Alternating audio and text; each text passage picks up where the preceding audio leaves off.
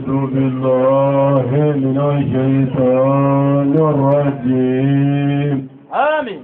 بسم الله الرحمن الرحيم آمين. الحمد لله رب العالمين آمين. الرحمن الرحيم آمين. مالك يوم الدين آمين.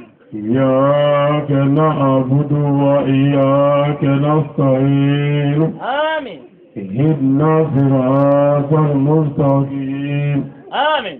صراط الذين أنعمت عليهم آمين. غير المغضوب عليهم ولا الضالين آمين. آمين. اللهم صل على سيدنا محمد آمين. الفاتح لما أغلق آمين. والخاتم لما سبق آمين. ناصر الحق بالحق آمين. والهادي إلى صراطك المستقيم آمين. وعلى آله حق قدره ومقدار لازم آمين. وأسلموا نعم. أنزل هر الله على كون هر الله آمين. على كون سبوت أمو آمين. على كون جين آمين. على كون لا خير مي. أما يني على فه نعم. أنزل لي همي وهمي على كاتبيا آمين. أما يني على فه كني إنكا نعم. على كاتني كني بنيا كمان آمين. ولا كمان على كلافيا آمين. كمان على كقاسم آمين. كمان على كفروتا آمين. كمان على كجيبي آمين. كذا ناسوكم آمين. أو يروي لكم آمين. صل على رسول وسلم. تعالى. وقول أسلموا نعم. نجرى أنت الله سبحانه وتعالى بي أبا عندنا نو نعم. نظر كلو كلتل كنوندو أكلو كنوندو نا نعم. سابا فلا أنتن ورو كبستلي باكلو نعم. نجرى على كبو كلتل شيكي ما حقا ولو بيستلي با سلو كوفي كليشيكي نعم. نجرى عليه كوجبو يوري كوسوي بي أني سجى ليبيا نعم. أن فرفون ليبيا كوجبو ملكنا بمنياري يرمجو كادوغوني كوننا أيوه أنزكي مكني منغا نيه على فو كني كوجبو نيه على برغدا كني نيه على ولي مندو كني كوجبو نينغني ينغا كبوني على كني بي ونينغني ينغا بوني دوكو كني بي أيوه فنا كرا نينغني يونا وري jama kulu minnu farala ɲɔgɔn kan Allahu subhanahu wa ta'ala ɲɛda kama Ala ka diinɛ dɛmɛ kama silamɛya dɛmɛni kama silamɛya kalanni kama silamɛya ɲɛdɔnni kama shirifiw dɛmɛni kama shirifiw tuguɲɔgɔnya kama wallahi o de ye jamakulu sanuma ye an baden minnu ɲɔgɔn sɔrɔ kelen in bɛɛ yan k'u nana foli bila an na Ala jati kara Ala jati kosɔn Ala kira sallallahu ta'ala alaihi wasallam ni mɔgɔ min mɔri ka jamaala ka taa jamaaya tigi dɔ fo Ala jati kama ko baraji ka bon ni mɔgɔ min mɔra fiɲɛ la a ka jamana kan ka taa Ala ka bilasiri bɛɛ ni mɔgɔ dasi la foyi tɛ diɲɛ bɛ sigi fɔlɔ ale aragangele o ye baraji 500 ye an ka misiri tɔw aragangele n'o ye diɲɛ misiri tɔw bɛɛ lajɛlen baraji 27 n'a minɛna mais kira de ko a baraji 500 minɛnen mɔgɔ min bɔra ka denbaya la ka taa mɔgɔ wɛrɛ fo o baraji ka ko mɔgɔ a ma silamɛw dun a ko ni silamɛ bɔra ka denbaya la ka taa a balima silamɛ fo Ala jati kama musoko t'a la Ala jati kama cɛko t'a la Ala jati kama wariko t'a la Ala jati kama ɲɛsinminɛ tɛ Ala jati kama tɔgɔɲini tɛ Ala jati kama aw tɛ asari kɔrɔ wɛrɛ la fo nana Ala kama k'o baraji ka bon ne ni di 7 minɛnen ye أيوة بيقول لك الناس وقرأ كلمة منها بلاجي بانيا بلاجي من ده هي يبيعون بلاجي كلامهم أوكي ما تي أوكي n'a t'o kɛ Ayi. hiji 70 o san 70 ne Ayiwa. e yɛrɛ ka ɲɛnamaya wololen sa e kɛ 70 dɔrɔn Bisoro. tuma an bɛ kɛnɛ min kan baraji min b'an bolo yan Aha. kab'o ko don Lafa. wa silamɛw ka adara kɛnɛ n'o ye silamɛw ka faraɲɔgɔnya kɛnɛ u t'o kɛnɛ kan f'u ka wuli ala ka mɛlɛkɛw b'u kɔlɔsi yafa ani hinɛ ani makari ani jurumu yafa ani baraji caman bi dugukun ka jurumu jɔsi Ayiwa. Dangare. an sigi n'o kɛnɛ kan Ayiwa ɲamɔgɔw ma. ala ka hinɛ mɛlɛkɛw dɛmɛ k'an kori ni yafa dafalen hamina ko min b'an na a gɛlɛmaw a nɔgɔmaw a bɛɛ dilanma ye ala ye wa ala ka mɛlɛkɛw y'a bɛɛ ɲɛdɔn o y'a bɛɛ fɔ ala ye kaban wa ala k'o n'an se k'a bɛɛ la Lafa. mɔgɔ bɛɛ mana ɲa kama nka mɔgɔ kumabaw bɛ dilan adamaden ye Ya kɔni t'o la o. Dangare. wa a k'a dɔn a bɔra ka so a sen dɔra bɛlɛ minnu ka kana olu ye baraji ye ani seere ye k'a fɔ anw bɔra an ka so anw kana an ka karamɔgɔkɛ fo ka bɛn nin dɔw ma nin waati Ayiwa. minnu nana mobili la a ka mobili kun ye lajɛ fɛn o fɛn nka nin bɛɛ ye seere ye k'a fɔ aw fa kun a ye dépense min kɛ ka na yan a ye passe minnu bɔ ka na yan tuma min ni an nana ka n'an sigi ala ka mɛlɛkɛw jɔ mɛri papiye o bɛ kan ka jurumu jɔsi f'a ka wuli Lafa. Ayiwa. ni an ka bisigi kun ye min ye o ye seli foli ye Kojugu. an ka kalandenw nana u ɲɛda an kan A kɛra ten. k'u bɛna foli bila an na seliba foli Hakan. 2016 la kɔni Aha. alhamdulillah nin kɛnɛ in kan an ka kalanden caman ye kɛnɛ sɔrɔ A kɛra. komi seliba don Na. hali mɔgɔ kilancɛ ma kɛnɛ sɔrɔ Ayi. caman taara seli la fasow la Yɔrɔ wɛrɛ la. ani kɛlaw la Kosɛbɛ kɛ. mais minnu ye seli kɛ bamakɔ yan n'u ye kɛnɛ sɔrɔ Na. alhamdulillah olu bi yan Jendo. an ka yirimajɔ kadɔbuguni kalandenw Na. alhamdulillah u bi yan O bɛ yan. n'o ye dɔgɔnɔw kɔni O an bɛ b'a yan. f'u ye k'u sew Ayiwa. k'u k'u bisimila Ayiwa. u bɔra u ka so u nana u ka so O kulo b'a la. an b'a ɲini ala fɛ Na. fɛn min ma u natɔ sɔrɔ yɔrɔ la ala kana o kɛ k'u segi tɔrɔ Amin. u bɛna kalan min na ala kama ala k'a kɛ dalilu ye an n'u bolo lahara Amin. an b'a ɲini ala fɛ haminako min bɛ an n'olu la ala k'a bɛɛ dilan Amin. an sigiɲɔgɔn don Jendo. u ko k'u taara na k'u sɔnna Allahu sabu Akbar. u y'a dɔn silamɛya ye den wallahi Jendo dɛ. an yɛrɛ mɔgɔw de tun ye nin dogo nka anw y'a dayɛlɛ wa filɛ nin ye dɛ Allahu Akbar. Bɛɛ ɲɛ b'a la so. olu folen kɔfɛ Naam. kadɔbuguni kalandenw Na. an bɛna yirimajɔ Naam. semande Ayiwa. an b'a kalandenw wo O ka kan. k'u barikada Jendo. k'u waleɲuman dɔn Wallahi. k'a ɲini ala fɛ Na. tɔɔrɔ min ma u natɔ sɔrɔ Ɔhɔ. ala kan'o kɛ k'u segi tɔ Amin. ala ka hɛrɛ k'an n'u ye Min. an n'u bɛna kalan min na n'o ye silamɛya diinɛ kalan ye ala o kɛ dalilu ye an n'u ye diɲɛ ani lahara ala o k'an ye Amin. kira nanzuru aw kama Min. sal ala rasul Wa salim. u bɛ kɛnɛ kɛ yan o Ayiwa. ko tɛmɛnen kɔ an ka sema 1 kalandenw Ɔhɔ. k'u ma yan dɔrɔn Ayiwa. Da. ka sababu kɛ darulo ye Jendo. caman taara seli la komi n y'a fɔ Awɔ. nka dɔw bɛ bamakɔ yan Jendo. darula bɛ dɔw la Darla wɛrɛ bɛ yen. an ye dugawu k'u ye Ah. k'a ɲini u fɛ Jendo. k'i diya ni kɛnɛ labugu ɲuman ala k'a da n'u ma Min. o ko tɛmɛnen kɔ Aha. yirimajɔ yɔrɔjanbugu kalandenw n'ala sɔnna olu bɛ kɛnɛ kɛ yan O bɛ yan. maa caman bi yan Jendo. an b'u fo k'u barikada O ka kan. k'u waleɲuman dɔn Wallahi. ka dugawu k'u ye Jan. k'a ɲini u fɛ O ka ɲi. ala hɛrɛ k'a n'u ye Amin. u natɔ degun min ma u sɔrɔ Na. ala kana degun kɛ k'u sɔrɔ u segi tɔ Ya Rabbi. ala b'a ɲini fɛ an n'u jɛra ka kalan min kɛ diinɛ yan n'o ye ka diinɛ kalan ye n'o ye silamɛya kalan ye n'o ye tirako kalan ye n'o ye sirifiko kalan ye n'o ye maabako kalan ye n'o ye daara ɲini kalan ye ala o kɛ dalilu ye an n'u ye lahara Amin. O bɛ kɛ. ala o kɛ kira kama O bɛ kɛ. sal ala la Wa salim. Sangare. Ayiwa na. n'an bɔra yen an ka yirimajɔ Na. olu sanfɛ fo a danden Fata. yɔrɔ ka ca dɛ Allahu Akbar. kalandenw ma yan dɔrɔn Jendo. ko darura b'u la Jendo. n'i yɛlɛla yen sufɛ n'i ye bamakɔ fila a bɛ diinɛ a bɛ kabakolo la walahi Ayiwa. nka anw yɛlɛla u nɔfɛ Ah. diinɛ kalan nɔfɛ I taara fɔ yen wa? bilahi Ah. n'an yɛlɛ u nɔfɛ kulu la diinɛ kalan nɔfɛ an bɛ yɛlɛ don fɔlɔ min an mɔgɔ fila an bɛ moto de la Naam. moto fila Eh. moto o moto b'an bolo sira kan Naam. a bɛɛ fari tigɛra Pewu. ala ni kulu wɛrɛ yɛlɛli escalier fɛ olu bɛɛ ma se kɛ ka fari bɛɛ jeni Yee.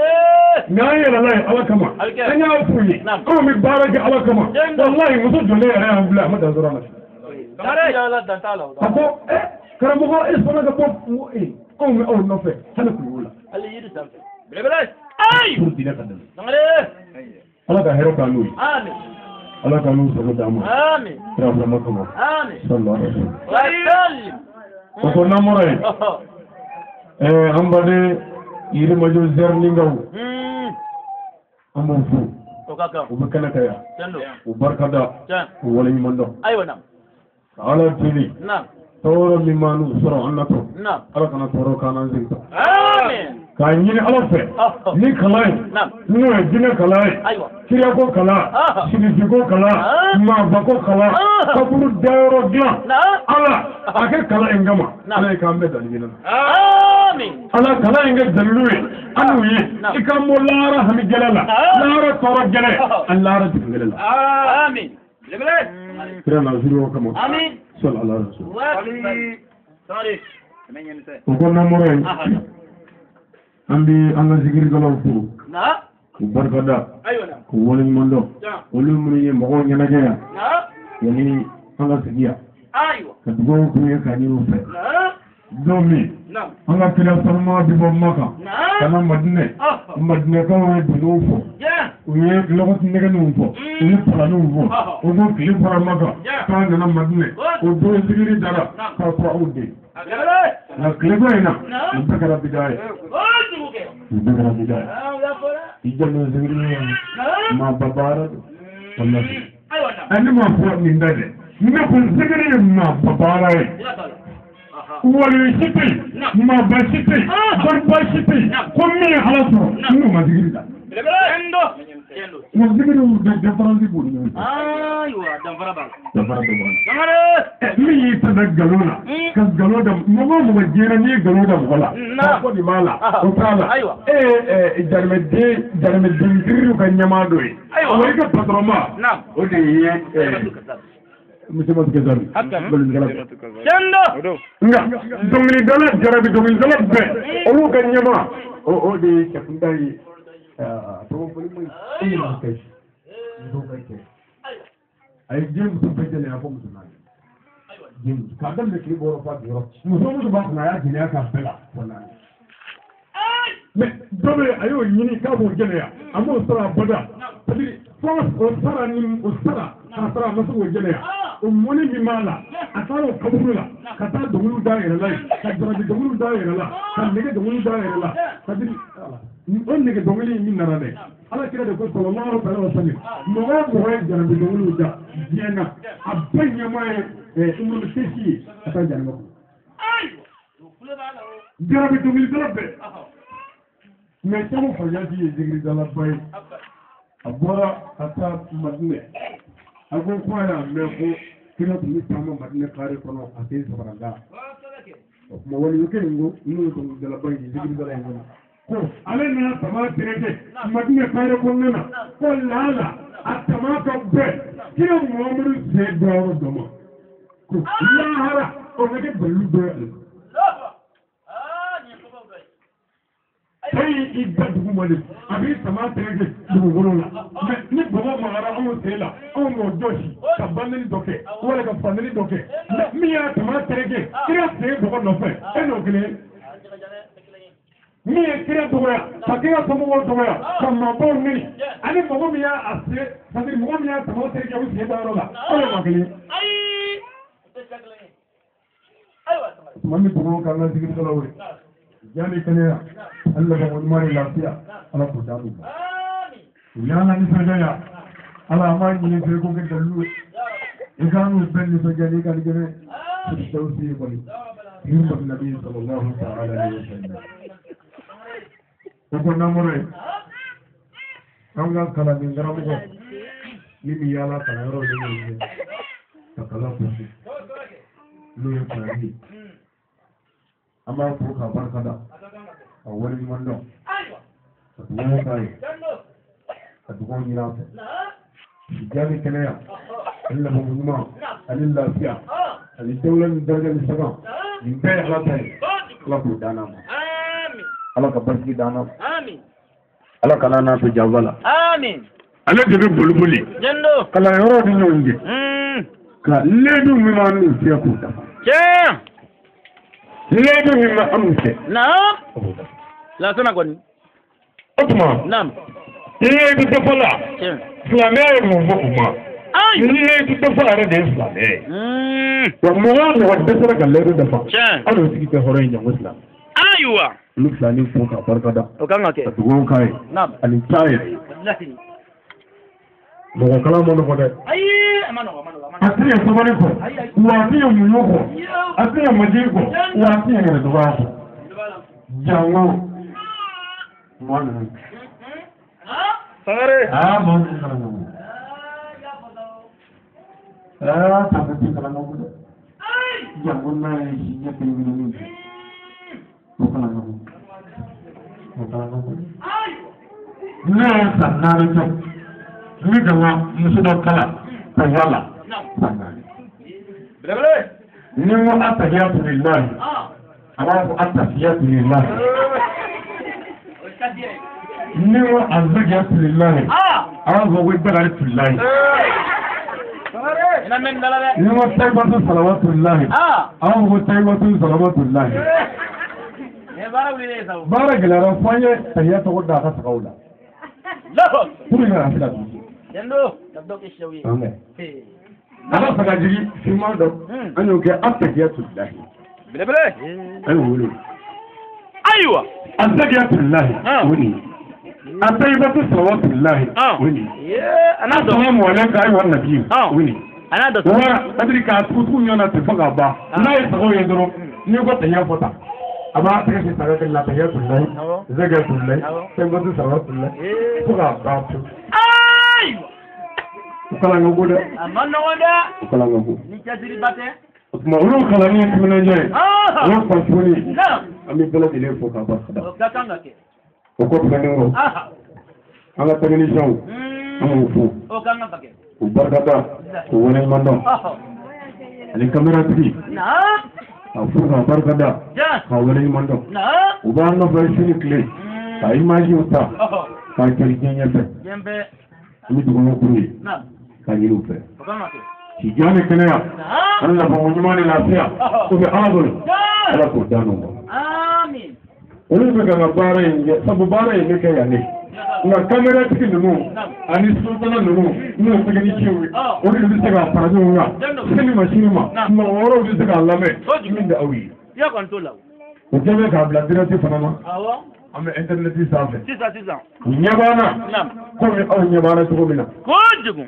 jamana mi namo kala ma sisa jamana bisaba ani jamana fula ko sobe ani mi kan na me kan laje ko mi aw nyabana to mina alu kan la me to mina ko jugu amo funi kana ka ko barkata woni ngondo ka bu ku ye ka ni to kanga tamare ka to ka ni mo ko ko ka ni amo ko to bawla ko sobe ke ko na mo re anga jamana bele bele no mali anga jamana famo kadam langa prezala kana ministre la kana député la ami bala jelefu ani sarratu koni ka nyinu fe jamana nyanta de mali yanta de ngo mali yanta de ka nyinu fe ngo mali mara ni ladriye ni dame ni kliye hali nanga slama monya anga sigi damodo kila ko bolisonge ami jarama kono la ngana bono herala ya bon to le tangari nyama goma Fabu, ay ne fanda wala de. Ya meo. Ne fanda la. Mobili sangote. Ne fanda la. Ka musulin jini fuga duma. O kote. Ne fanda la. Ka minwa chega duma. O kote. Ngani fanda ko petra fala. Anmu no bulu. Oui, ay fara keri la driye. Ne klele. No kala jama de lafiya. Allah akbar. Tangari. Mali famu. Bara ba bulu de. Bara ba. Wallahi. Ngati. Mali denw nana nana k'a daminɛ Mali kɔnɔ yan fo ka taa Mali kɔfɛ jamana jamana ni Malien b'a la n'u ye kulonkɛ na lamɛn dɛ. Jɔnni mun b'a dɔn k'a fɔ ko Mali bɛ se ka élection kɛ an ka président sɔrɔ n'o ye ɲɛmaa ye hali sisan an ka nin bɛɛ kɛ Mali gɛlɛya ti ban Mali ɲɛni ti ban. An ma sigi ni ayi an ma sigi n'u y'a fɔ an ye a k'an ka voter ko n'o kɛra ko n'an ye ɲɛmaa sɔrɔ ko Mali gɛlɛya bi ban an votera ɲɛmaa sɔrɔ la gɛlɛya b'an na dɔ bɔra la wa. Ku ta fo la kadi. Kala ko man nara la. Ndaya ke bila. Abe tamanjala. Aywa. Kala ko man nara la. Amma mani fada mine bi. Ake ala kama e ka jala ta pando sa. Ali ko redo sa. E ka ta afasa di fali ka ga pray. Yela ga 23 heures. E ka bokaro bu ne ati bi ko jima na prama. Ne me na ka ni moti mi so. Mo moti bi so. Tia gontola. Mimi ibone fu. Ni kama gudi. Aywa na. An pa jamana kono ya. An tiga sira nyo hera la. An pa jamana kono ya. An tiga sira ko hera. Abada. Lebere. Sangare. Samu ala jada. Anyakuwe. Aw ye mali denw de an ti burkina bɛɛ an ti ivoirien an wolola yan de wa an mun na yan wa an bɛ to yan a bɛ ɲɛ yan wa a bɛ tiɲɛ an bɛ ɲɛna yan an faw ma bɔ sangali ka na dɛ an baw wolola yan an mɔkɛw bangena yan an faw bangena yan an yɛrɛw bangena yan a ka carte d'identité malien a b'an kun a carte ŋuna a b'an kun o tuma mali ko mana kɛ cogo min na anw ka lafiya an yɛrɛ dɔ ye o sabu ko ye fasoden dɛ faamaw ka hinɛ fantanw na n'o kɛra an bɛ lafiya n'o kɛra an bɛ hinɛ n'o kɛra ɲiniko bɛ sɔrɔ nka ni faama dusukun gɛlɛyara fantan ti hinɛ dɛ fantan ka hinɛ binna dɛ tuma min n'i y'a bonya ka hinɛ a la o tuma o yɛrɛ bɛ hinɛ ɲɔgɔn na nka n'o ma kɛ fantan ti hinɛ dɛ ni kɛlɛ wulila bi a ka di fantanw ye koyi k'an ka lafiya ko dɔ kɛ kɛlɛ ka wuli ka etaji bɛɛ ci o ka di fantan ye. Dɔwɛrɛ tɛ dɛ ni faamaw kun hinɛna k'u jɔ jɔyɔrɔ la o mari maa ye mais n'o ma kɛ olu bɛ mun da turu kan tɔɔrɔ b'anw kan anw de bɛ faga don o don i bɛ to fagalen bɛ fa dɔ fɛ dɔ fagara yan mais i t'a dɔn ko faama den fagara dɛ ni faama den sara kɛlɛ la a ɲɛ bɛ ɲini dɛ faama den tɛ taa yɛrɛ jango ka sa nka hali ni balipɛrɛli y'a sɔrɔ Bamakɔ yan a ɲɛ bɛ ɲini. Ni ministre ka mɔgɔ dɔ tora a la o bɛ faamaw jɔlen bɛɛ ka da la k'an kɔnɔ nka fagali danna e de la fagali danna ne de la ani ka du ani ne ka du o tuma anw ka du ye fantandu ye anw ye fantandenw ye o tuma anw ka fa ka bɛn faama mako bi. Foyi tɛ bɔ a la foyi kelen tɛ bɔ a la. Ni faamaw yɔrɔ faamu an bɛ lafiya yɔrɔ bi ala k'an lafiya ala k'an lafiya o ko n'an bɔra yen an ka jamana diinɛtigiw sɔrɔgatigi fɛn o fɛn bɛ yan mali kɔnɔ yan an b'o fo k'a ɲini u fɛ an ka baara kɛ hali n'an ma ɲɔgɔn minɛ an ka baara kɛ ala ye wele bila an ka ɲɔgɔn minɛ mais ɲɔgɔn minɛ ye baara ye nka an ka baara kɛ n'a ye baara kɛ an bɛ tila ka ɲɔgɔn minɛ sabu a fɔra k'an ka ɲɔgɔn minɛ kuranɛ y'a fɔ k'an ka ɲɔgɔn minɛ alakira y'a fɔ an ma se ka ɲɔgɔn minɛ kuranɛ y'a fɔ ne la furu la an ma se ka ɲɔgɔn minɛ o tuma an ka ɲɔgɔn minɛ to yen sa i ko min ne y'o sɛbɛn kɛ a bɛ ɲɛdɔn mais ne ko n ko fɛn min na ne bɛ k'o minɛ komi suwa ɲɛnama e bɛ k'i ta minɛ komi suwa ɲɛnama tiɲɛ ti dɔn mais n'an ye baara kɛ tiɲɛ bɛ dɔn hɛrɛ bi ala ka tiɲɛ dɛmɛ ala ka tiɲɛ dɛmɛ n'an bɔra yen an bɛ foli k'an ka cɛkɔrɔba ɲuman na n'o ye an ka kan yidi ye n'o ye denmisɛnnin ye n'o ye abibalahi n'o de yabani n'o de aseyidi eshek sherifu usmani madani haidara an b'a fɔ k'a barikada ka waleɲuman dɔn nin kɛnɛ kan haidara kwani se wale du joli la haidara kwani se wale denw dilanni na haidara kwani se wale musow dilanni na ka kɛ u cɛw sago ye haidara k'a ni cɛ wale cɛw dilanni na ka kɛ musow sago ye haidara k'a ni cɛ mali dɛmɛni na haidara k'a ni cɛ a mɔkɛ kira sanuma cɛ tali la kunun kani wa kali kani hɛrɛ k'ani karamɔgɔ ye silamɛw a k'a dɔn ni baara kɛra cɛ bi dɛ an karamɔgɔ ye wajuli kɛ yan karamɔgɔ ye wajuli kɛ yan o cogo la haidara ye wajuli kɛ yan nɛgɛso la a ye wajuli kɛ yan moto la a ye wajuli kɛ yan mobili kɔrɔnin dɔ la a taatɔ bɛ sisi min bɔ dɔɔnin dɛ ni anw y'an yɛrɛ sɔrɔ moto kɔrɔnin kan u bɛ sisi bɔ la o bɛ anw nisɔndiya o bɛ anw waso o bɛ anw kun kɔrɔta sabu haramu to moto kɔrɔnin na o y'an halala ye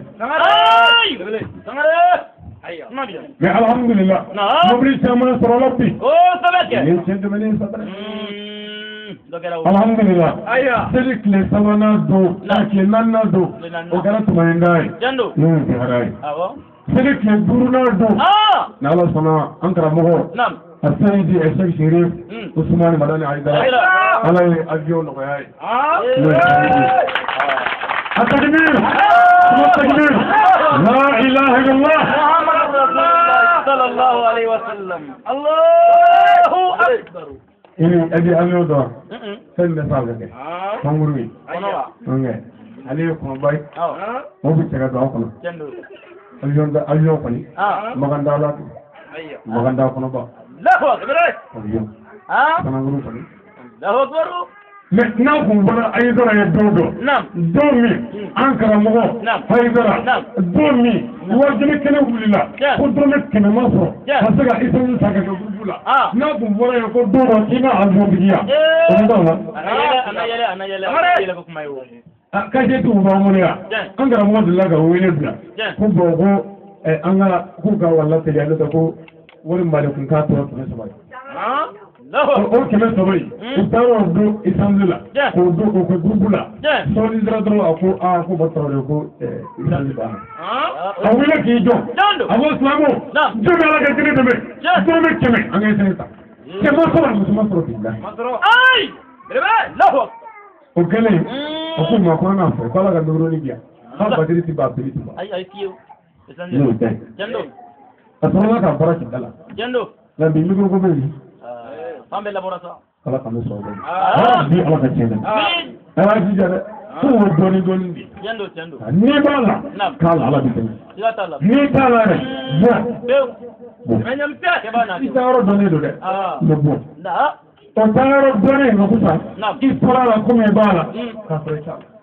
Ayo. Oh berarti kita. Ala kecil. Allahu akbar. Ala kami soalnya. Amin. Okona mulai. Nah. Abang nak kibanya fiana tinggal. Jangan. Anak kalan dini. Ni aku kerja ni. Kamu ni mau nak pergi ni. Jangan. Oh, anak kalas namela. Nam. Ini dulu tu. Allahu akbar. Oh, kamu ni mangga tu. Jangan. Nyala mangga. Allahu akbar. Lu ada sehari. Lu gila kerja. Utama kasih pemogoya. Ini macam kalau begini. Nah.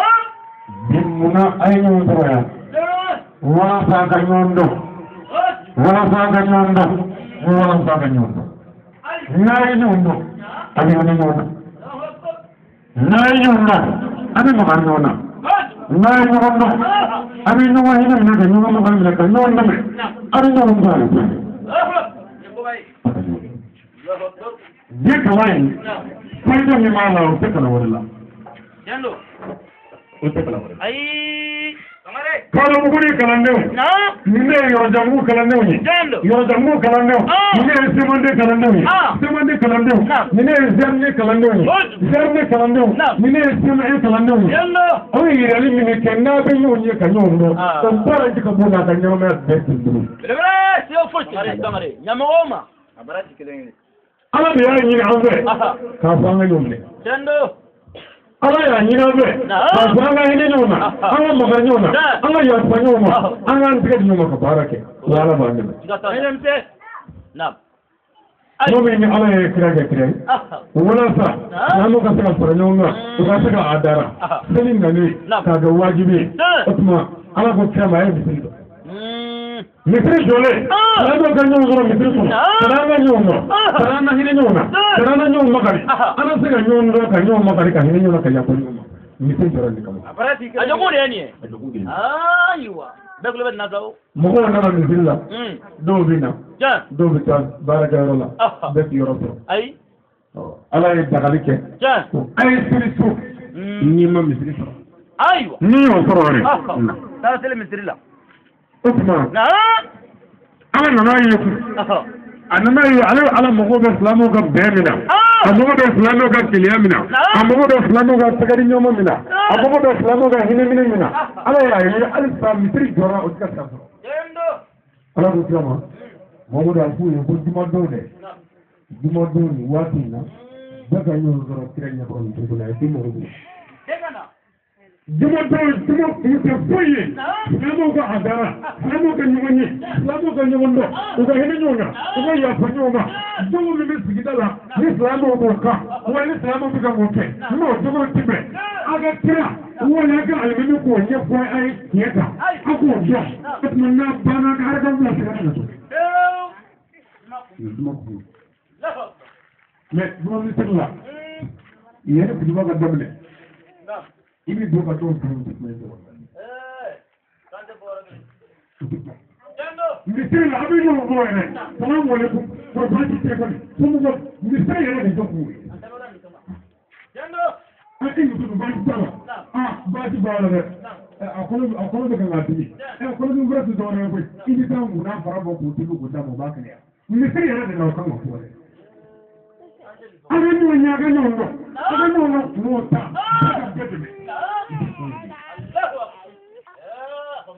Otmano kana sa almem ma bo kaga sa fukli aga grajo o ko de gona de e time fa de ni ko pulila ni me e vesila ni me tarakalla kanga grajo na kaira bazo digi tarakalla digi pulin digi ala mo ko tashila ya ala mo ko bana prekila ya bazo digi e monguta ni boro digi e monguta ni pulin digi e monguta ni tazakara faralin digi ala grajo na e monguta ni glegi faralin digi e grajo na yani ala ka soy prekila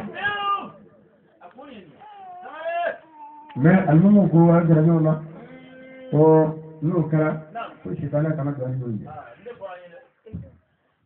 shitana men and zuma o man dum me do an yonde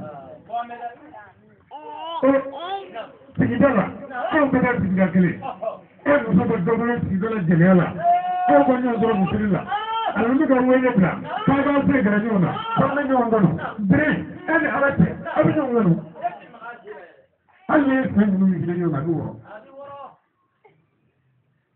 Wọ́n ẹ̀ka sẹ́lẹ̀bá sẹ́lẹ̀ ní ìsìnlẹ́gùn ẹ̀ka bọ́ ní ìjọ̀rọ̀ ẹ̀sì ìyọ̀ngẹ́ bẹ̀rẹ̀ mọ̀lùdá àtúrò mọ̀lù onínà òṣàkà ní ìfúnni kàtà náà ẹ̀ka tó wọ́n sàkà yìí sẹ́yìn ìgbólóra sẹ́yìnbá ẹ̀ṣì yìí ẹni mọ̀rọ̀ ẹ̀yọ̀ ọ̀dọ́rọ̀ mìtìrìlá jùmọ̀dọ́ọ̀lá káàkà sẹ́yìn gẹ̀rẹ́sọ̀rọ̀ kẹ́ni mọ̀tún ẹ̀yọ̀ ọ̀ngàlù ìgá sàkà pàbẹ̀rẹ̀ ẹ̀yọ̀ ọ̀ngàlù. abala bẹ̀lẹ̀bẹ̀lẹ̀ Otuma Lamo ga singere nyona akuwe abinyo ngano kaira abbe kleya yera buyetiya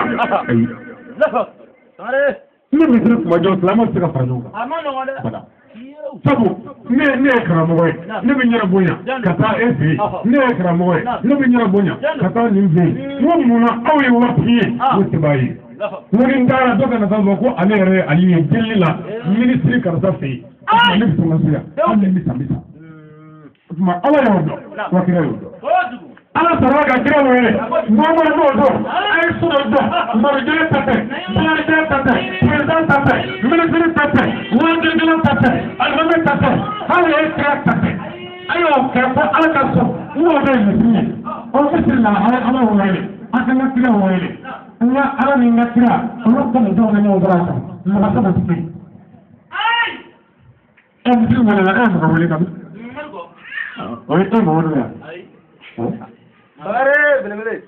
Allahu Akbar, Allah ya gabu. Allahu Akbar, Allah ya gabu. Oya koya.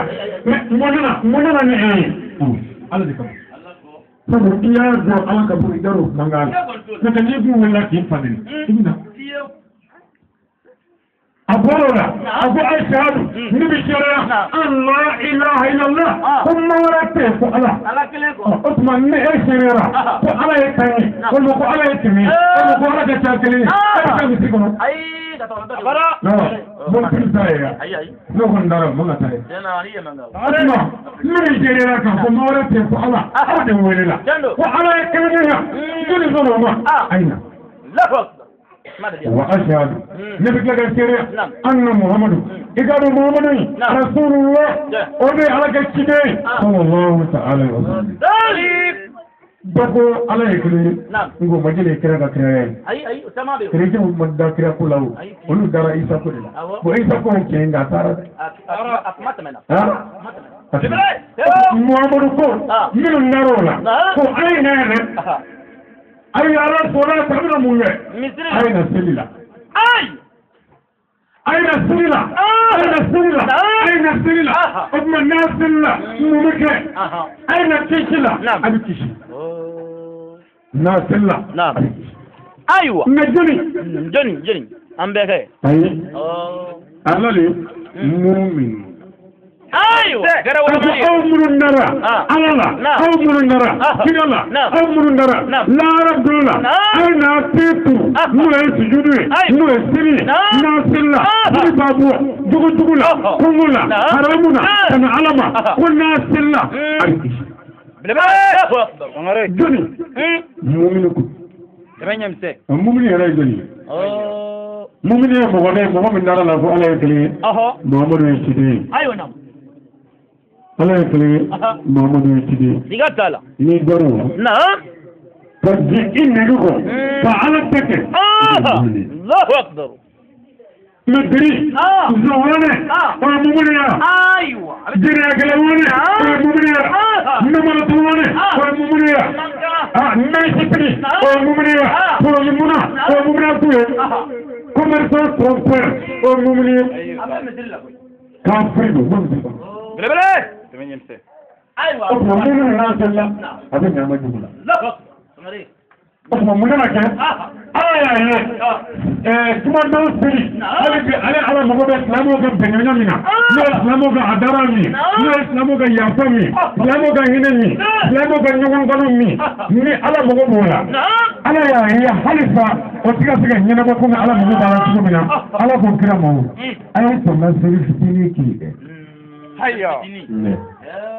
ye tɔnka seli fitinin kɛ n'o kɛra bɛɛ ka ɲɔgɔn sɔrɔ seli fitinin kɛnɛ kan mamudu wuli k'i jɔ i ka kuma mɔgɔw fɛ n'o ye kutuba ye i ka bara ci o cogo ye min ye n'a ma ɲi a f'u ye tiɲɛ kan i ka dalilu d'u ma o ye seli fitinin ye o ko tɛmɛnen kɔ ko ani seliba a y'a kɛ fila ye walasa hali ni ma foyi sɔrɔ o fila fɔ o fila n'i taara misiri la i bɛ mɔgɔ dɔ dɔn mɔgɔ dɔ n'i dɔn an ye dɔnni ɲɔgɔn dɔn an ye ɲɔgɔn ka laharaw dɔn an ka ca a kɛra fama ye dɛ a kɛra fama ye kosɛbɛ a b'o min ye k'an tɛgɛ ci ɲɔgɔn tɛgɛ an y'o kɛlɛ fɔ ɲɔgɔn ma o ka di ala ye kosɛbɛ.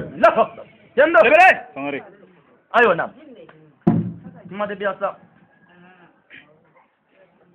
o tuma halisa ala mɔgɔ bɛ a dara min na o ti ka ɲɛ sɔrɔ ala ko kira ma mamadu a fɔ karamɔgɔw ye dɛ n'u ye dɔ kala n'u ma wajibi kɛ ni tiɲɛ n'u ma mɔgɔw bilasira ni tiɲɛ u ye min dɔn n'u m'a fɔ ko laara jɔ don ko karamɔgɔ bɛ jɔ karamɔgɔw da la ka taa janama kɔnɔ ko fɔ wajibi kɛ o karamɔgɔ de wele dɛ ayi na wajibi bɛ sin na mɔgɔw fara farala ɲɔgɔn kan o bɛɛ ta a dara dɔ yan o bɛɛ kun ye hali bi yafa in ka na hinɛ in ka na ɲɔgɔn dɔw ka na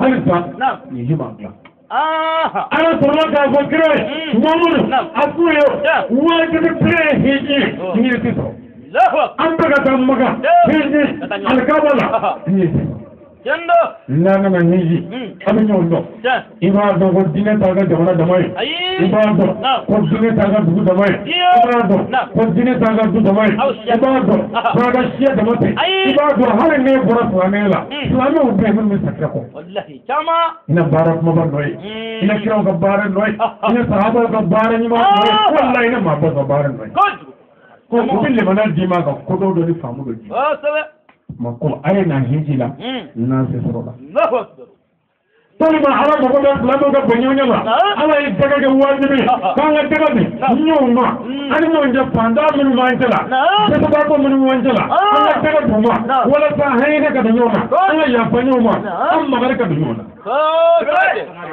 nin bɛɛ kun ye an ka ɲɔgɔn minɛ ko ye sabu n'an ye ɲɔgɔn minɛ an ka ɲini bɛɛ bɛɛ bi sɔrɔ diɲɛ na yan fili an kɛra tan na nka n'an ma ɲɔgɔn minɛ walahi an bɛ diɲɛ sɔrɔ walahi an ma ɲinɛ lahara bɛ dilan diɲɛ na yan n'i sera mɔgɔ min bolo lahara tɛ dilan i bolo dɛ ayi o tuma an ka fara ɲɔgɔn kan k'a fɔ an kana karamɔgɔ fo k'a ɲɛbɔ o la karamɔgɔ ka sigi aw ɲɛkɔrɔ ka wajuli k'a ye k'a ɲini aw fɛ aw ka ɲɔgɔn dɔn k'a ɲini aw fɛ aw ka ɲɔgɔn dɔn k'a ɲini aw fɛ aw ka yafa ɲɔgɔn ma baara ɲini n'o la fo ko n'an ka ɲɛnamaya bɛɛ na fila ye ayiwa kuma bi yan a bɛ jɔn koni dɔw la olu de y'a k'i sababu e bɛ jɔn fitinin dɔ la o b'i bila jahannama kɔnɔ ok solution tɛ sɔrɔ a la ala k'an bɛ sɔn o ma ami o tuma a ye jɔn nin kɛnɛ ninnu na an bɛna ko minnu b'a la a ye to k'a den k'a ɲɛfɔ ala ye nin kɛnɛ kan ala bɛ nin kɛnɛ kan walahi ala bɛ nin kɛnɛ kan jendo ni ye kira ka hadisa lajɛ rasulu sallallahu ta'ala wa sallam a ko ni maa min sera ka muso kelen dilan ka muso kelen dilan i ye dilanni dɔn ka don seli la kosɛbɛ o tɛ dilanni ye muso kelen dilan i y'a dilan ni jumɛn ye i y'a ka dɔnkili falen i y'o kɛ silamɛya dɔnkili ye i y'a ye cogo falen i y'o kɛ silamɛya ye cogo ye i y'a jogo jugu falen i y'o kɛ silamɛya jugu ɲuman ye i ye a cɛbonya cogo falen i y'o kɛ silamɛya cɛbonya cogo ye i y'a waledenladon cogo falen i y'o kɛ silamɛya ta ye i y'a sigi ɲɔgɔn cogo falen i y'o kɛ silamɛya ta ye o tuma k'i ye muso kelen dilan ko ne maa min sera ka muso kelen dilan k'i ye du kelen dilan k'i ye du kelen jɔ ni mɔgɔ min sera ka du kelen jɔ k'i ye kabila kelen jɔ ni mɔgɔ min sera ka kabila kelen jɔ e ye quartier kelen jɔ ni mɔgɔ min sera ka quartier kelen jɔ ko i ye dugu kelen jɔ ni mɔgɔ min sera ka dugu kelen jɔ i ye jamana kelen jɔ ko ni mɔgɔ min sera ka jamana kelen jɔ k'e sogo in haramu ye jahannama kɔnɔ. Ni y'o lajɛ ka na quartier minnu ni sigida minnu ɲɔgɔn sɔrɔ yan bi ka n'an lajɛ an ka sigida minnu bɛ yan ka n'an lajɛ an ka marimatu minnu bɛ yan ka n'an lajɛ an balimamuso minnu ni dusangaraw bɛ yan funteni na ko jɛnni o tɛ ala de y'an sɔrɔ k'an k'a bɛn i b'a dɔn o la walahi silamɛya a ye nɔ bɔ anw fɛ yan. ni muso camankolon min bɛ yan ni ninnu bɛ sɔnna u cɛ ye ni ninnu bɛ sɔnna k'u cɛw dɛmɛ k'u cɛw tare tare k'u bɛrɛ bɛrɛ ka cɛw sago kɛ ninnu bɛɛ ka den ɲuman sɔrɔ o diɲɛ lafiyara. diɲɛ lafiyara dɛ. kalandenmusow an ka alijinɛ bɛ sɔrɔ a cɛw sɛnɛgɛ kɔnɔna na. ayi o ko tɛ dɛ. n'i y'o fɔ n'i m'o ɲɛfɔ.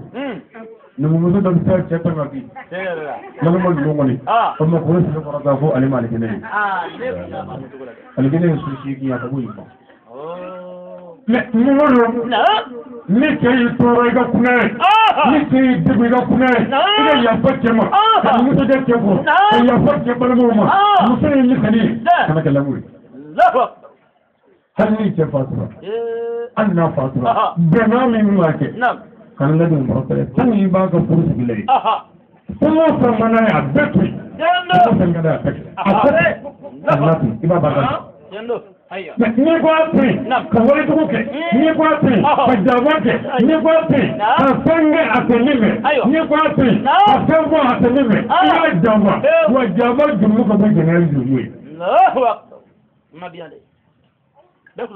ala ka ne sɔrɔ ma. Amin. Islamu a ye sɔrɔ ɲagami tunu na. an ka yafa ɲɔgɔn ma. an ka ɲɔgɔn bonya. kalandenw n'an ka ɲɔgɔn ye yɔrɔ o yɔrɔ. n'a ko a dan bɛ ala la. n'a ko a dan bɛ kira la. n'a ko a dan bɛ sirifuw la. n'a ko a karamɔgɔ ye anw ye. an b'a ɲini a fɛ ala kama. n'a ye ɲɔgɔn ye diɲɛ yɔrɔ o yɔrɔ a y'a siri ka ɲɔgɔn. a y'a siri ka ɲɔgɔn kɔ. n ka kɔrɔ ye t'a la. n ka dɔgɔ ye t'a la. hali n'i ka kɔrɔ ye dugukolo ye. i siri ka ala ka dɛmɛw bɔ ala de bolo. n'i ye walahi i bɛ jɔ mɔgɔ dɔ la k'i yan n'o ye ala b'i jigi duguma i t'i yɛlɛ bilen. a y'a yɛrɛ dɔgɔya ɲɔgɔn ye a ka giri kana ɲɔgɔn kan a ka ɲɔgɔn bonya kɛwale la ani kumakan bɛɛ lajɛlen a ka kuma ɲɔgɔn bɛɛ ni majigi ni sabali a ka yafa ɲɔgɔn ma n'o kɛra ɲini bɛɛ bi sɔrɔ diɲɛ la. denmisɛnw a ye mansaw bonya n'o kɛra ɲini bɛɛ b'u sɔrɔ ani kalan denmisɛnw u k'u janto u ka layidu talew la dɛ. u k'u yɛrɛ kɔlɔsi ka tila k'a ɲini an baw fɛ n'o kalanni musow u k'u janto denmisɛnw ninnu na olu ka se ka mara ka ɲɛ. n'a fɔra ko e ye karamɔgɔ Ali ka kalanden ye e mɔgɔtigi bɛɛ fununa i cɛ ma e cɛ y'a sɔrɔ hali e tɛ kungo kɔnɔ o ye ɲɛmɔgɔ jɔlen kan. i ye karamɔgɔ ɲɛmɔ i ye mansaw fɔ ɲɛmɔ i ye diɲɛ bɛɛ ɲɛmɔ Mahamadu ko kalama. o tuma i tun bɛ sɔrɔ kungo kɔnɔ baara la o ka nɔgɔ i ka sɔrɔ kungo kɔnɔ kalanyɔrɔ la. o tuma kalanden musomanninw an bɛ kuma u fɛ u k'u janto u yɛrɛ la ka kuma baw fɛ u k'u janto denbogotigiw la. Alakirako. Sallallahu alaihi wasallam. Ko ni denmisɛnnin y'a ka laada ye. A ka du kɔnɔ siɲɛ kelen. Siɲɛ kelen. Ko kangari bɛ taa fɔ la ko siɲɛ fila. Ko siɲɛ saba. O kɔfɛ laada in y'o ye k'a bɛɛ bɛ kɛ nɛgɛji jiranɛmɛ kɔnɔ f'a ni ba b'a min lahara. Subhanallah. Laada in ye ko saba npogotiginin fɛ ka du kɔnɔ i woloden o kɔfɛ a y'o ye ko jaraso dɔ bɛ jɔ spécialement pour tes parents. I fa ni ba k'u tɔgɔ sɛbɛn a ka kun na. Karisa den karisa ka jarabi filɛ nin ye olu ka mɛtiri fɛ. U bɛ kalan na koyi. N'a ye jɔnw dɔrɔn k'u bɛ kalan na u ka laada y'a sɔrɔ kira de y'a fara bilahi. Aw si kalan dɔ ka kira bɔ. Wa kira de Ala de y'a fɔ kira ye. Muhamadu kalan kɛ mais o bɛɛ la o Ala k'a fɔ kira ye ko Muhamadu y'a fɔ yɛrɛ ni ne ni denmuso tɛmɛna laada kan siɲɛ saba o ko n'a y'a ye o ye n bɛ jarabi la d'a ye. N b'a sɔrɔ. Ayiwa bɛɛ tulo bɛ nin na o. Nka anw wulila an ka cɛko la an ka Madogo ma ɲɛ an bolo o ko tɛ. Madogo tiɲɛna an bolo. A ye saga ko la ɲɔgɔn ye. Nka Madogo tiɲɛna dɔwɛrɛ ma lajɛ bilen. O ko tɛ dɛ. Madogo tiɲɛna tiɲɛ don a ye saga lajɛ. Tuma dɔw la dɔw b'a fɔ ko ma ko ni cɛman sɔrɔ k'an b'a kɛ cogo di. Kɛcogo b'a la dɛ. I denmugotigi selen ye furu ye. N'i ma kira sɔsɔ an ka kira ko bɛ cɛ bi yaala. Ko n'a sera furu ye a b'a fɔ min fɛ. Hali kɛlɛ a caman ba. Npogotigi bɛɛ n cɛ juguyara t'o la n cɛ ɲana t'o la hali n'i cɛ juguyara kun gɔn o bɛ na. Mais n'o nana n'i y'o gɛn ayiwa dɔgɔ nana dɛ o min nana y'o kɛ cogo di. N y'a gɛn a bɛ kalan na fɔlɔ. Ka furu cɛŋɛnjɛ ten ka denw cɛŋɛnjɛ e y'i den mara n'a ma kɛ furu ye e min sen tɛ k'a mara a bɛ jɛnɛya la i ka sɔrɔ ye e sen tɛ k'a mara e ye jɛnɛ fi jarimɛden ye wa kira ko kafiri polisɔnna pour wuli c'est-à-dire doni alijana na ko ka nɔgɔ Ala bolo a maa 100 ko ka nɔgɔ Ala bolo ni dalisu maa 1 de la ɲɔgɔn. I dalisu dɔ wa mɔgɔ min tɛ keleya ka mara la min y'a ka mara bila jɛnɛya la a b'a kalama a y'i dɛ. Musokɔrɔba i denmugotigi ye bɔgɔ joli kɛ n'a nana ni burumuyisini ye k'i ka nin n'o ye kunkolo la mama i ka taa juma na nin n'o burumuyisi ye kunkolo la juma don juma kelen de wa jarimɛden juma misiri kɔnɔ la mugu t'i la. Cɛkɔrɔba fɛgɛ jamana t'i kala nin ya fuguta dangaden den ye nin kala fɛ i denmuso mɛnɛ ta tɛ yan a bɛ min de a ka Bamakɔ wa a bɛ mun marala ye ko nin muru feere e ni Ala cɛ bazɛn furakɛ caman min bɛ k'a la lemuru bɛ se ka nin dilan. A ma nɔgɔn dɛ o san caman. Lemuru den kelen ye dɔrɔmɛ 10 ye bazɛn i ye 5000 ye. Nin dɔw bazɛn ye kɛra f'i k'a cɛ ka bila ngini ɲuman na wa labɛn i ye jarimɛden ye mɔgɔ o mɔgɔ sera ka bɛɛ jarimɛ. Mɔgɔ min ko ko. Min sigara la kɔni. Siga t'a la dɛ dɔw b'o la a ye san ka denmuso labɛn k'u di cɛ ma furu la. Lamɛnkaw kɔni. Ni a ye nin bɛɛ kɛ sa ni cɛman sɔrɔ e yɛrɛ ka wuli sa taa misiri la. Taa fɔ misiri la faw. Alimami wuli k'i jɔ ka fɔ mɔgɔw ye. Nin denmuso bɛ yen a sera sɔrɔ ye a ye na. Ni silamɛ min b'a fɛ furu la. N'i b'a fɛ n'a b'i fɛ a bɛ tɛmɛ. Mais ko n'i taara o fɔ misiri la kabi cɛ dɔ kun bɔra da la bamuso b'a fɔ ko jɔnni don fɔlɔ.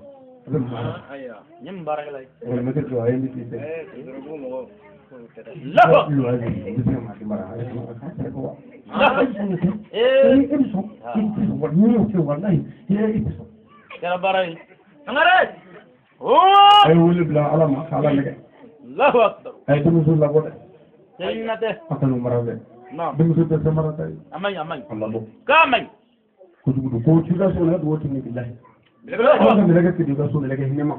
A bɔda ko ci ka so. Ayiwa garara.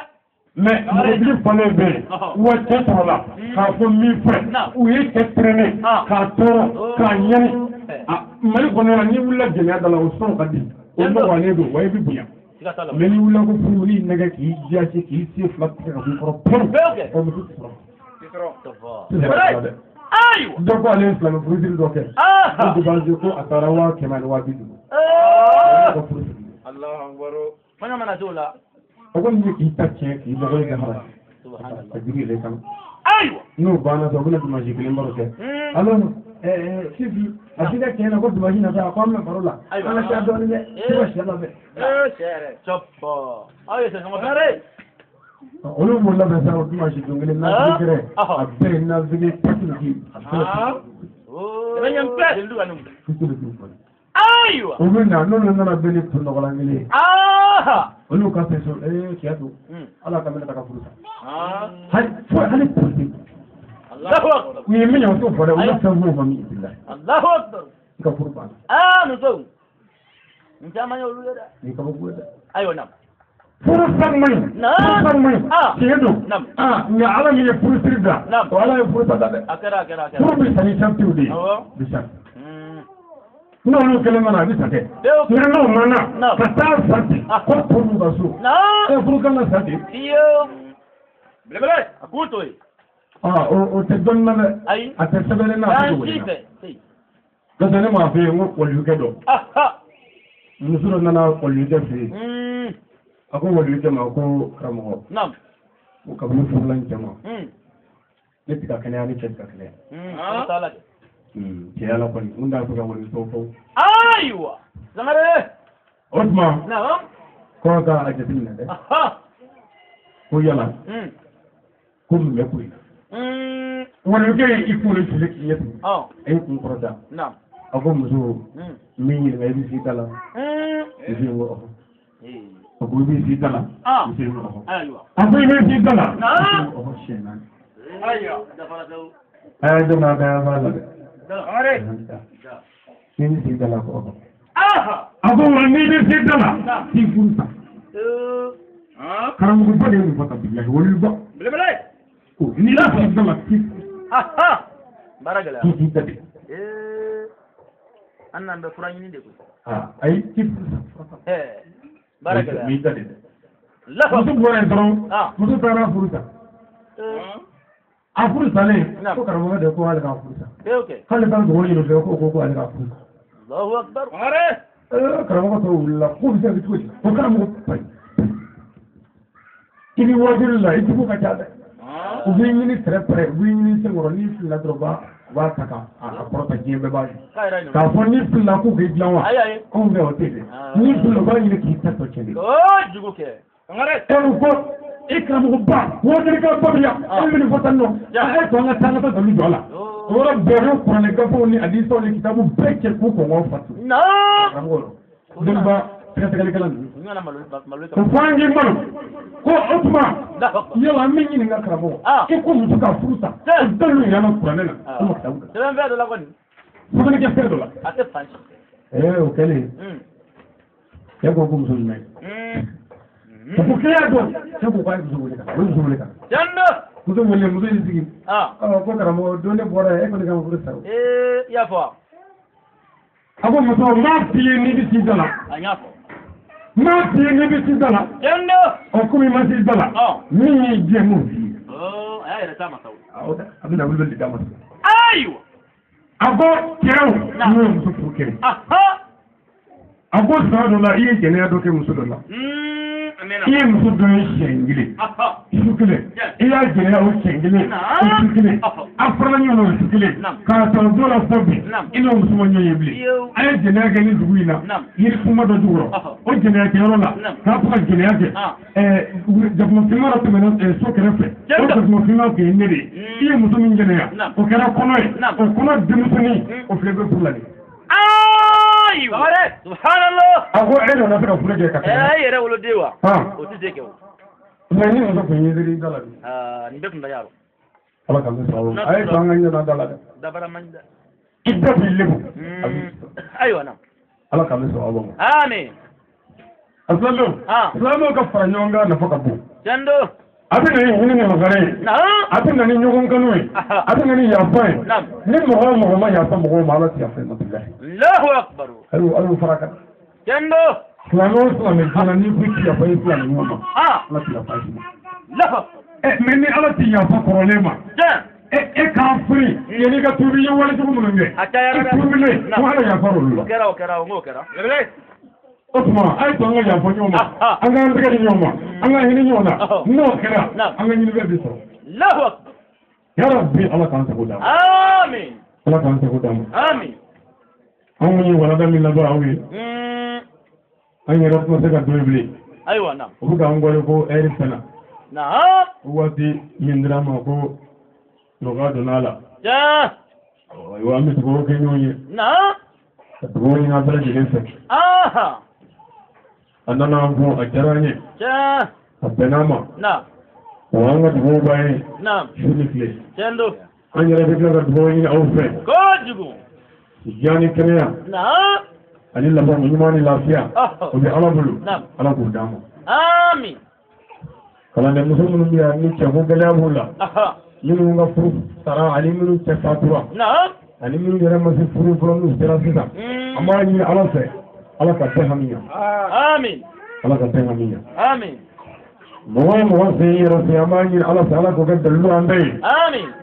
ala ka ambunya amin ala ka ko damo amin ala ka sutura amin ala ka na nimita amin amma ni ala se amin ana taban islamishu Aha. ala ka se kuma lafiya ya rabbi akwai tsoron bala jelala amin kira na hankali kama amin jiran yare kama amin sal ala rasul وسلم Allah نعم na ya fara ni mɔgɔ min bɛna baya kɛ aha lɛdu wɔɔrɔ don rebele ni yɛrɛ sɛnɛ ala ma n'o ye silamɛya dun nka an m'a janfa an m'a nɛgɛ dɛ اي wɔɔrɔ kɔni o ne y'a fɔ نعم ni maa min fɛ ka baya kɛ نعم lɛdu wɔɔrɔ اصو u bɛ na ka baya an ka sɔrɔ lɛdu wɔɔrɔ ولا مرين mɔgɔ o mɔgɔ y'a kɛ k'a dafa نعم i t'a dɔn ne filɛ لفظ wa n'i y'a kɛ n'i m'a dafa Naam.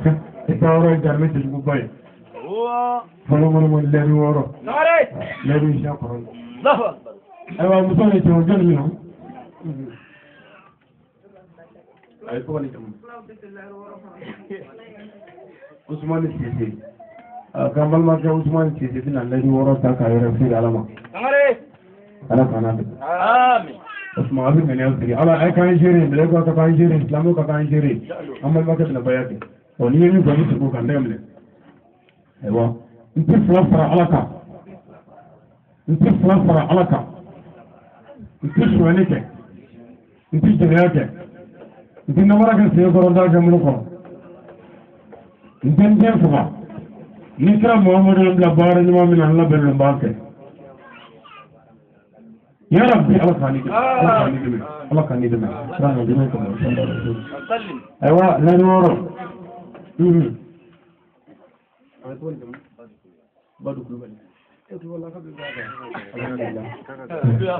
Badu Kulubali Badu Kulubali ayiwa asalamu ya k'an gere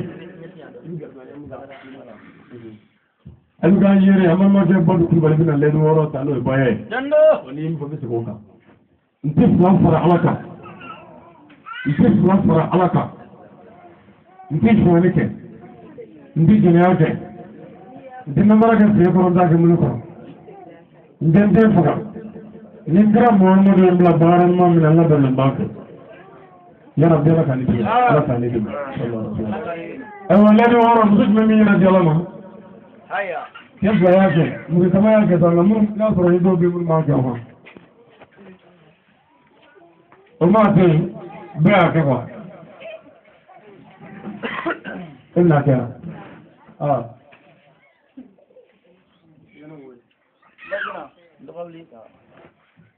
زين رجع زين قبل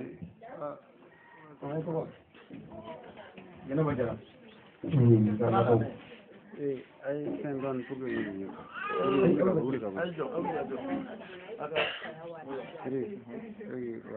an balimamuso Jɛnɛba Jara bɛna lɛni wɔɔrɔ ta cɛ fila ani muso kelen o tuma a kana to musow hɛ ayiwa bisimila ni n fa bɛ jɛ ka segin o kan n tɛ fila fara ala kan n tɛ suɲɛni kɛ n tɛ jɛnɛya kɛ n tɛ namara kɛ sen kɔrɔ n t'a kɛ bolo kɔrɔ n tɛ n den faga ni kira Muhamadu ye n bila baara ɲuman min na n labɛnnen b'a kɛ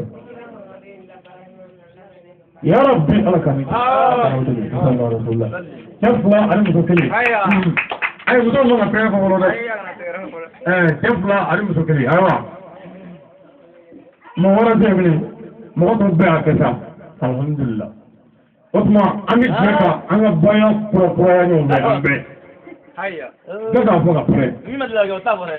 N ma deli o ma bɛ yan o ma tɛmɛ. Ala ye taw kɔlɔsi dɛ. Min ma deli ka kɛ o kana yaala dɛ n'i seginna a kan. Ayiwa n tɛ fila fara Ala kan. N tɛ fila fara Ala kan. Ko n tɛ fila fara Ala kan. N tɛ fila fara Ala kan. N tɛ fila fara Ala kan. Jama tɛ yan dɛ mɔgɔ ko de b'a la wa. N tɛ fila fara Ala kan. N tɛ fila fara Ala kan. N tɛ sɛgɛnni kɛ. N tɛ sɛgɛnni kɛ. N tɛ jɛnɛya kɛ. N tɛ jɛnɛya kɛ. N tɛ namara kɛ sɛgɛn kɔnɔ sɛgɛn kɔnɔ kɔnɔ. N tɛ n den faga. Ni kira Muhamadu y'an bila baara ɲuman min na Ala bila an b'a fɛ. Ya Rabbi Ala k'an dɛmɛ. Ala k'an dɛmɛ. Ala k'an so kama. Sɔli ala rasulillah. Layidu wɔɔrɔ mɔgɔ mɔgɔ y'a ta k'a dafa i ti jeni. N'i y'a ta a ti sɛbɛn i ti k'a ko i baya kɛ. I jogo kɔrɔ ye ne y'a sɔrɔ i jogo ka ɲi. Alifɛn tile don. Kuranɛ y'a fɔ. Bukari y'a fɔ. Musulumi y'a fɔ. Abudawusi y'a fɔ. Tirmidhi y'a fɔ. Jamu fɛn fɛn bɛ ne silamɛya sira kan a bɛ sɔrɔ nin bɛɛ kɔnɔ. Ala k'an bɛ sɔrɔ ma. Ala k'an dabali nɔgɔya ye. Kira ma zuri wa kama.